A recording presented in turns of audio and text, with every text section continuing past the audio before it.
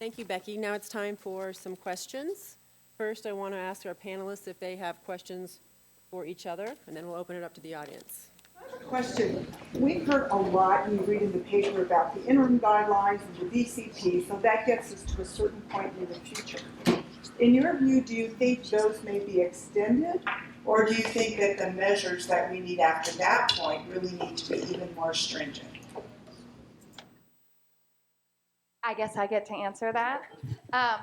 So I think that I'm going to do everything in my power that they are not extended. I think what we've seen is that we need to be looking even deeper into better ways to manage. So that is definitely a sticking point for me, is that when those are done, they're done. We've learned a lot from them. I think they were done very well for the information that they had at that time. I don't think anyone could have predicted. I think there was a 3% chance that we would experience the hydrology that we're experiencing over the last 20 years at the time that those guidelines were done. So I think, again, going back to the math thing, 3% feels like, hey, that's probably not going to happen.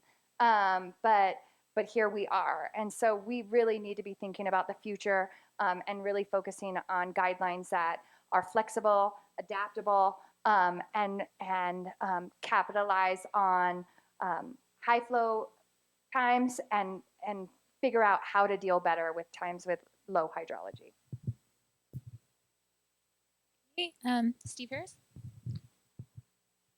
Becky, when I saw you last night, you said to publicly say I agree with you on putting a pause on demand management. So I want to go on record. That's what I'm doing. I didn't mean for you to say that I said to say that. Well, but I first told you I supported you before you told me to say that. I also remember in this very room where Randy Seaholm got up and told us about the guidelines back in, I think it might have been 2008 when he did the talk. So that's been an interesting 14 years in between. So I agree with the demand management pause. I've been involved with on the water bank, the water bank group and all that. We've learned a lot about what that entails, and it's extremely difficult to do. And if you do, you can't get a lot of water out of it. So that's it. Wasn't a question. Thank you, Steve. Yeah, Steve, could I say something? One thing that my perspective as an outsider, I like to say I'm an undrafted and unsigned free agent now, is that demand management doesn't solve the equity problem. Demand management doesn't create a situation where both basins better share the risk of climate change. And I think that's I've heard that from several roundtables, and I've heard that, and I think everyone in the basin who really understands it knows that before we get into things like demand management, we got to figure out how to more equitably share the burden of climate change between the two basins. Can you hear me? Okay. So I know earlier we spoke on beneficial use not being defined equally across all of the basin states. And I think maybe another one of those questions of lower appropriation being higher is that beneficial use difference. Can you speak on maybe what that could look like in the future to maybe counteract that kind of disparity then for beneficial use discrepancies? I may not understand that question completely. I understand the issues with the definition of beneficial use.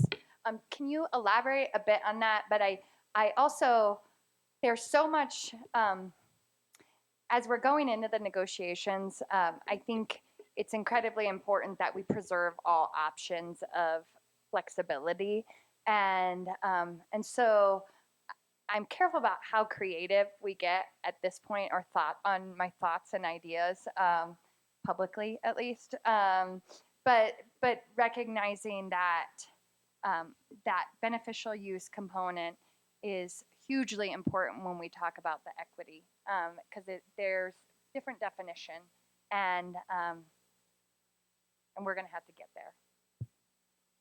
Just I would add that the compact's purpose was to, and it's very limited, was to divide the beneficial consumptive use, not the use, the beneficial consumptive use between the two basins.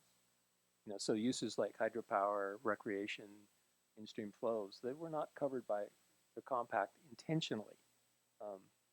The goal was to split between two basins the beneficial consumptive use of the river. Hi, I had a you know what? I'm going to exempt you, Becky, from this question. So,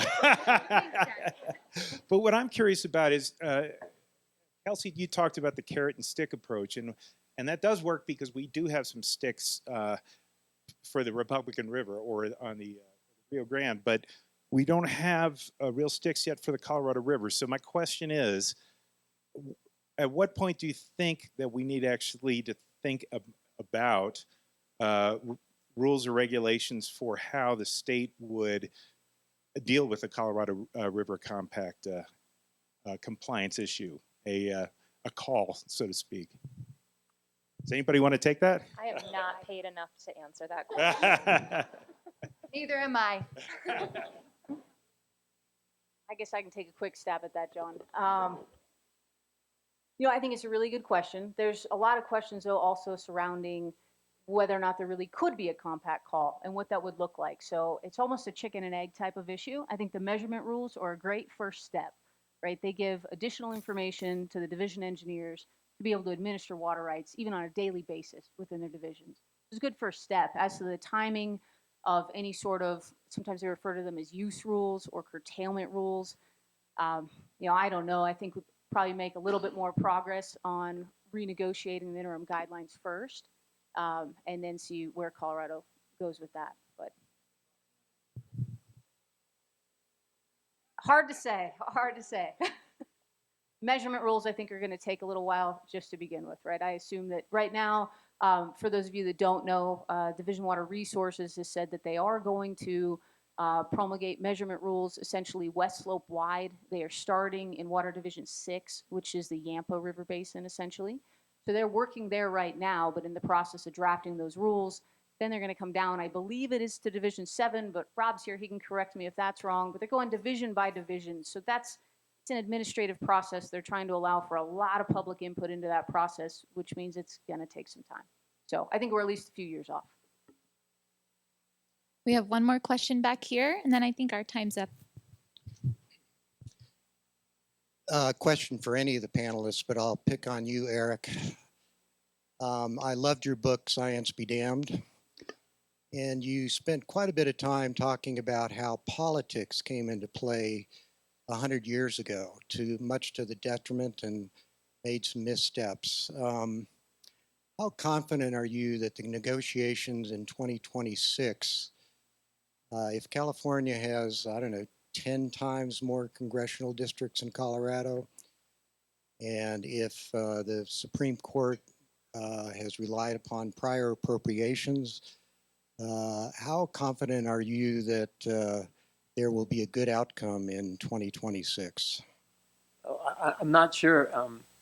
I think there's going to be a good outcome because I see something very different than, and one of the purposes of writing the book was to talk about, what's going to happen in 2026. And the big issue that we're concerned about, the authors, was, will we accept climate change? And I think we're at the point where every major water manager in the basin, and I look to Becky on this, knows that we have to deal with climate change. So if we were going to go back and use a 100-year record or a 116-year record to reoperate those reservoirs, it's one thing, but it's looking like we're not even going to use a 30-year record. I think we're going to go on what we've seen since 2000. Simply, we may have more water in the future. I hope we have more water in the future. But as we heard from Becky and others this morning, that we need to be planning for a range. And I'm confident that we will not ignore the inconvenient climate science because we're all living with it now. I agree. Yes, that wraps it up. Thank you, everyone.